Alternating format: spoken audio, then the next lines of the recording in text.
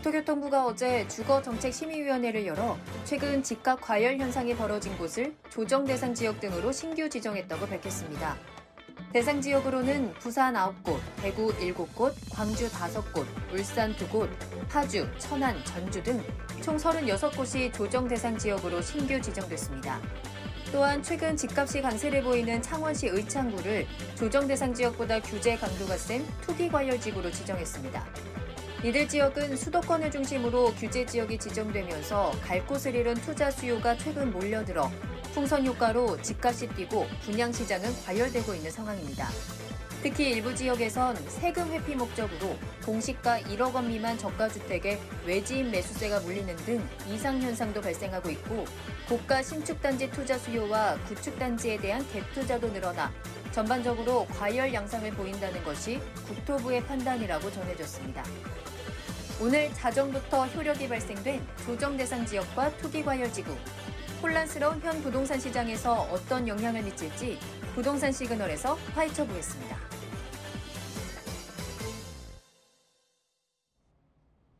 부동산의 모든 고민이 통하는 길 부동산 시그널. 안녕하세요. 저는 진행의 한보람입니다. 자, 앞서 오프닝 영상에서 살펴보셨듯이 정부가 바로 어제 추가 부동산 규제 지역을 발표했습니다. 경기 파주와 울산, 경남 창원과 충남 천안 지역 등인데요. 이렇게 조정 대상 지역으로 지정된 지역들은 앞으로 세금이나 대출, 청약 등에서 규제를 받게 됩니다. 자, 이와 함께 또 한편 정부는 2021년부터 수도권 127만 가구 공급 계획을 신속히 진행하기로 하고 또 2021년 한 해 동안 총 7만 5천 가구의 전세형 공공임대주택을 공급할 계획이라고 밝혔는데요. 신임 국토부 장관이 취임하기도 전에 또 한 번의 규제책을 내놓은 겁니다. 자, 박성규 대표님, 자, 부동산 규제 지역이 추가로 지정이 됐어요. 네. 앞으로 부동산 시장에 어떤 영향을 미치게 될까요? 현재 지금 추가적으로 지정된 부분, 수도권과 그리고 지방에 대해서 한번 견주어서 비교를 좀 해볼 만한데요. 자, 보시는 대로 규제 지역이 추가로 지정이 되었습니다. 총 투기 과열 지구는 49곳이 되었고요. 그리고 어제부로 36곳이 조정 대상 지역에 포함이 되면서 조정 대상 지역은 111곳이 조정 대상 지역으로 지정이 됐습니다. 자, 그중에 어제 발표를 보시면은 인천 중구, 그리고 경기도 양주시, 안성시 일부에 대해서는 해제가 되었고요. 다른 부분을 좀 말씀드리고요. 부산 지역 같은 경우에는 1119 대책 때 발표됐던 5곳 외에 9개, 그리고 대구 지역은 수성구 외 지역인 7개 지역, 그리고 광주 5개, 울산 2개 지역이 전체적으로 조정 대상 지역에 해당이 된다. 오늘부터 이제 해당이 되는 거죠.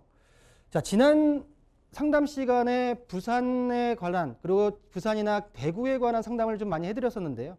지금 불과 일주일 만에 규제 지역으로 지정이 되면서 많은 또 상담 질문이 올 거라 또 예상이 됩니다.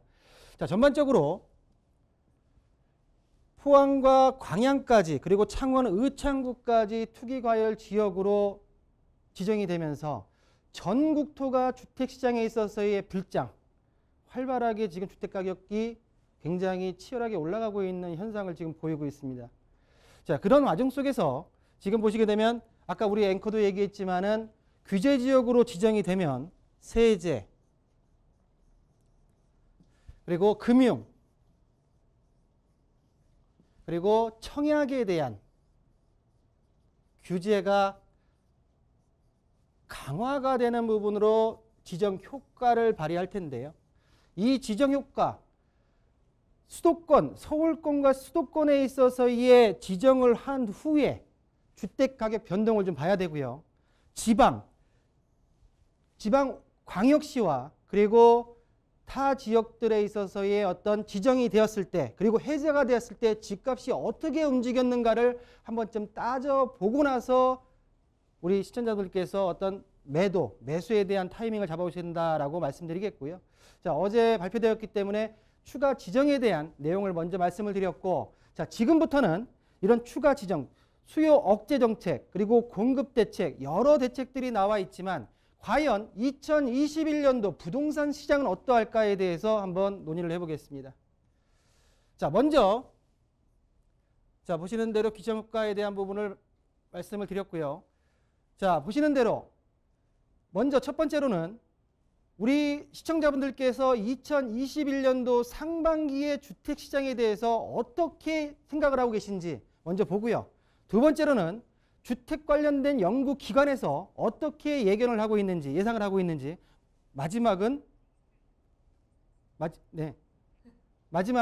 지금 보시는 대로 제가 예견하고 있는 지금 21년 전망에 대해서 말씀을 드릴 텐데요. 자, 먼저 이슈 영상부터 만나보시고 찾아뵙겠습니다.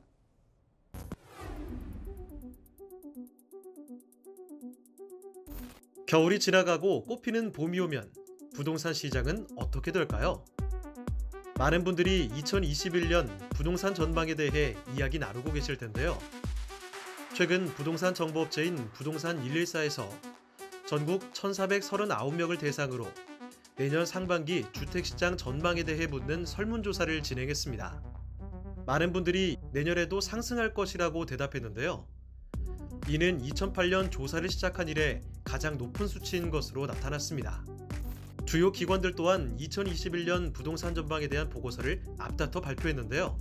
연구기관마다 다르지만 대체적으로 전세 가격 상승세를 예측했습니다. 먼저 대한건설정책연구원은 내년 전세값이 전국적으로 4% 오를 것으로 예상했는데요. 매매 가격도 전국적으로 2% 오르며 상반기 강한 상승을 유지할 것으로 보았습니다. 건설산업연구원도 내년 전세 가격이 전국적으로 5% 상승할 것으로 예상했는데요.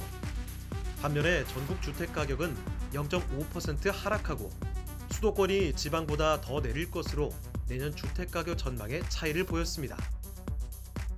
한편 서울 등 수도권 일대를 중심으로 내년 신규 아파트 입주 물량이 줄면서 전세난이 가중될 것이란 전망이 나왔는데요. 2021년 부동산 시장의 전망. 지금부터 부동산 시그널과 함께 시작하겠습니다. 네, 말씀드린 대로 21년도 부동산 시장에 대해서 한번 전망을 해보겠습니다. 자, 말씀드린 대로 첫 번째, 시청자분들께서 예상하고 있는 주택 경기 상반기에 어떻게 될 것인가의 설문조사 내용을 좀 한번 보고요. 두 번째로는 각 기관별 어떻게 지금 예측을 하고 있는지, 그리고 마지막으로는 제 개인적인 소견으로 이슈 시간을 좀 마무리해 볼까 합니다. 자, 첫 번째, 민간기업인 부동산 114에서 최근에 1,500명의 그 부분을 대상자를 가지고 주택시장 전반기에 21년도 전반기의 주택시장에 대한 전망의 설문조사를 한번 해봤습니다. 자, 내용을 좀 보실 텐데요. 과연 우리 시청자분들께서도 이렇게 지금 생각을 하고 계신지 한번 본인의 생각과 한번 비교해 보실 필요가 있지 않을까 생각이 듭니다. 첫 번째, 상반기 주택시장 매매에 관련돼서 전체의 70%에 가까운 1,000여 명이 상승을 예측을 했고요. 일단 전체적으로 지금 분위기가 전국토에 있어서 주택에 있어서 과열 현상을 보이다 보니까 전반적으로 우리 시청자분들 느끼고 있는 상반기 주택시장에서는 가격이 오를 것이다 라고 예측을 했고요. 자, 두 번째, 전세입니다. 전세, 임대차 시장, 전세 시장에 있어서도 자, 보시는 대로 매매의 상승률보다 더 높은 분들께서 약 78%의 분들께서 전세 시장이 여러 이유로 인해서 오를 것이다 라고 말씀을 하셨는데요. 자, 주택 매매 가격 상승 요인에 대해서는 그 원인을 5가지 정도로 함축할 수가 있겠습니다. 첫 번째로는 서울 등 수도권 아파트 가격의 가격 상승을 첫 번째로 들었고요. 한 45%가 되고요. 두 번째로는 공급에 있어서 서울 도심의 공급 부족이 심할 것이다. 또 세 번째로는 덜 오른 지역에 있어서 풍선 효과가 지금까지 나타났듯이 계속 나타날 것이다 라는 부분과, 그리고 네 번째, 다섯 번째 이유를 들고 전체적으로 매매 가격이 상승할 것이다 라는 부분으로 답변을 해주셨습니다. 자, 전세 가격입니다. 전세 가격도 한 78% 정도가 상승할 거다라고 예측을 하면서 5가지에 대한 이유를 말씀을 하셨는데요. 첫 번째로는 임대차 3법 중 2법 일부가 시행하면서 시행에 대한 영향이 있을 것이다 라고 말씀을 하셨고요. 자, 두 번째로는 월세, 임대인들의 월세 선호 현상으로 인해서 전세 물건의 공급이 부족할 것이다. 그리고 서울 등 인기 지역의 입주 물량이 부족한 부분으로 전세가가 오를 수밖에 없다라고 말씀을 하셨고, 또한 매수 심리 위축으로 인해서 집을 구매하는 부분을 포기하시는 분들에 한해서 이 전세 수요가 증가할 것이다. 또한 3기 신도시 등으로 인해서 청약을 위한 일시적 전세 수요가 증가하기 때문에 전반적으로 전세 가격은 상승할 것이다 라고 설문조사에서 답변을 하셨고요. 자, 그리고 21년도 상반기 부동산 시장의 주요 변수에 대해서는 첫 번째가 24번째 수요 억제 정책, 그리고 어제까지 한다고 하게 되면 25번째가 되겠죠. 규제 지역을 넓혀놨기 때문에 부동산 규제 지속 여부가 거의 한 26%에 달하는 변수로 좀 보았고요. 자, 두 번째로는 대외 경제 여건, 코로나 시기에 여건이 어떻게 될 것인가에 대한 부분으로 한 17%, 그리고 전세 가격의 불안 흐름, 기준금리 유동성 효과, 주택 공급 정책 등을 얘기를 했고요. 또 마지막으로는 다주택자와 임대사업자에 대한 매물 확대 여부에 대해서 변수로 봤습니다. 자, 여기서 제가 이 마지막 상담을 하다 보게 되면은 올 5월 31일까지 임대사업자와 다주택자의 매물이 많이 나오지 않겠습니까? 좀 기다려야 되지 않습니까? 라는 부분에 질문을 많이 받는데, 이 페이지에서 한번 이 부분을 가지고 한번 간단하게 좀 말씀을 드려보겠습니다.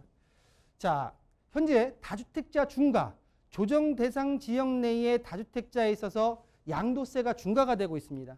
자, 2018년도 4월 1일 날 시행이 돼서 지금까지 중과에 대한 제도가 지금 시행되고 있는데요. 자, 그 이후에 2019년도 12월 16일 날 다주택자에 대한 중과, 2주택자는 10%, 3주택자는 20%에 대한 중과를 2020년도 6월 30일까지 유예를 해줬습니다. 유예. 그리고 나서 추후에 발표된 내용을 보게 되면 21년도 5월 31일까지 양도분에 대해서는 중과에 대한 부분을 이후부터는 2주택자는 20%, 3주택자는 30%, 기존에 보다도 10%씩 더 중과를 시키겠다라는 법으로 다시 한번 유예가 들어갔는데요. 여기서 우리가 봐야 될 건 뭐냐면 2018년도 4월 1일 날 다주택자분들께서 매물을 내놓은 분도 계시지만은 그냥 가지고 갔습니다. 또한 2019년도 12월 16일 날 중과세를 없애고 일반으로 가겠다라고 해서 유예를 해주면서 6월 30일까지 매도를 하는 분에 대해서는 일단은 중과에 대한 부분을 배제시키겠다라고 했던 물량에 있어서 2020년도 4월 달, 5월 달에 거래량이 늘어나면서 다주택자들이 이 혜택을 보기 위해서 물량이 늘어난 거는, 거래량이 늘어난 건 맞습니다. 다만 이 물량으로 인해서 주택가격이 하락했다, 매물이 쌓였다라고는 말할 수가 없습니다. 자, 그러면 현재 2021년도 5월 31일까지 모든 다주택자에 대한 중과가 배제되는 게 아니라 기존의 10%, 20%에 대한 중과를 적용시키고 그 이후부터 10%씩 늘려서 가겠다라는 제도 하에서는 매물이 쌓여서 가격이 하락한다는 부분은 제가 볼 때는 미비하지 않을까라는 생각이 들고요. 여기다가 보유세에 대한 종합부동산 과세가 늘어나면서 전체적으로 이 물량에 대해서 나올 수는 있겠지만 전체적으로 주택시장에 있어서 가격을 하락시킬 수 있는 요인으로는 제가 볼 때는 미비한 역할밖에 안 되지 않을까라는 부분으로 제 개인적인 의견을 좀 말씀을 드리겠고요. 자, 이제부터는 기간별입니다. 기간별, 대한건설정책연구원에서는 내년 매매가 상승률을 2%를 봤고요. 전세가는 4%의 상승을 예상을 했습니다. 자, 한국건설산업연구원 같은 경우에는 매매 가격을 전반적으로 정부의 강한 매도 압력에 의해서 집값이 하락한다. 0.5% 정도의 하락과 전세값은 4.5%의 상승을 봤죠. 자, 실질적으로 여기서 한국감정원의 작년도 2020년 올해죠. 올해 전반적으로 0.9% 정도의 하락을 겪을 것이다 라고 2020년 초반에 시작을 할 때 예상을 했었습니다. 결론적으로 본기관에서 한국감정원 본기관에서 실질적인 자료를 냈을 때는 4.5% 정도의 집값이 상승한 걸로 나왔기 때문에 전반적으로 한 5% 정도의 갭 차이가 보였다라는 부분을 좀 말씀드릴 수가 있겠고요. 자, 한국은행입니다. 전반적으로 내년 집값과 그리고 전세값 상승을 예상을 했고요. 자, 우리금융연구소 같은 경우에는 전반적으로 주택가격 상승률은 2.71%가 상승할 것이다. 매매가격 상승세는 지속되고 주택가격 상승폭은 어떤 그 관망 수요로서 제한적일 수 있다라고 얘기를 했었고요. 자, 마지막으로 하나금융연구소 같은 경우에는 전세값, 매매가격 동반이 상승이 예상되고 정부의 공공임대주택에 대한 효과는 좀 미비할 것이다라는 부분이 각 기관들의 지금 예상치다라고 말씀을 좀 드리겠습니다. 우리 시청자분들께서 전망하는 부분과 그리고 각 부동산 연구기관 쪽에서 예상하는 부분.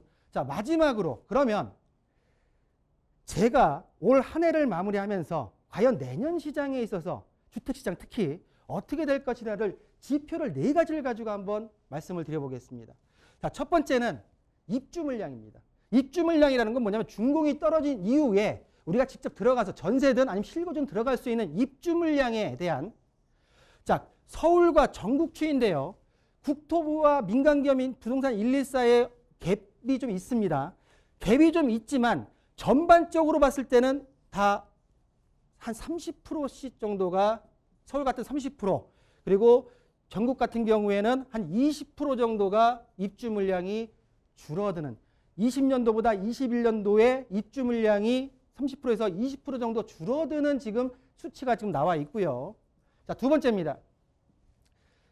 전방지표에서 유동성입니다. 현재 지금 유동자금이 굉장히 많이 풀려 있는데요. 이 유동성에 있어서 자, M1 협의통화와 M2 광의통화를 말씀드릴 수가 있겠습니다. 자, 저게 뭐냐라고 말씀드릴 수가 있는데 우리 시청자분들께서 은행에다가 예금해둔 돈, 당장 내가 예금을 해서 찾을 수 있는 돈, 그거를 M1이라고 할 수 있고요. 2년 이내에 적금을 들다가 2년 이내에 찾을 수 있는 돈에 대한 통화를 M2라고 합니다. 이 수치가 도에서 33% 정도가 넘었을 때 통계치로 서울의 집값이 상승으로 올라가는 경우가 평균치가 많았습니다.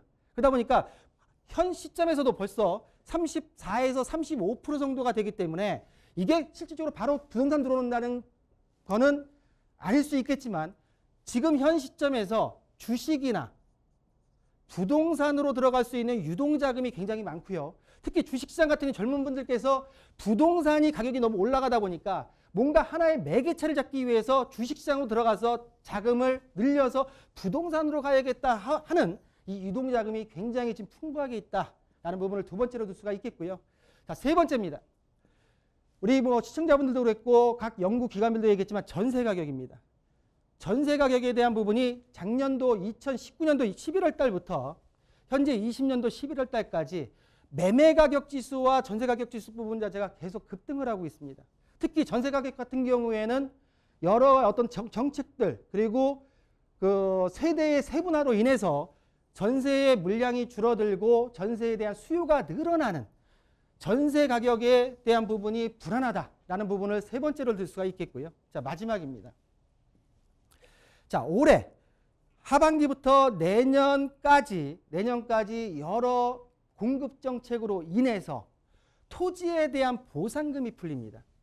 자, 보시는 대로 공공주도 3기 신도시 그리고 서울 구룡마을 등 산업단지, 경제자유구역 등등에서 많은 자금 총 48조 원, 약 50조 원 여기 48조 원에다가 GTX에 대한 보상까지 들어간다면 한 50조 원까지 됩니다. 이 50조 원이 토지 보상금으로 풀리게 됩니다. 그러면 이 유동자금, 유동성의 좀 더 유동자금 자체가 더 커지는 거고요.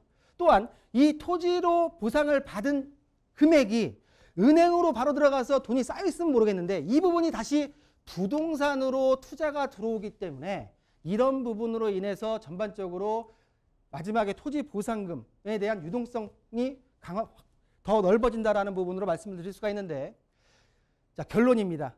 네 가지 말씀드린 대로 입주 물량, 전세, 그리고 유동성, 토지 보상금까지 네 가지에 대한 지표를 말씀을 드렸고요. 저는 많은 기관들이나 많은 분들께서 상반기에는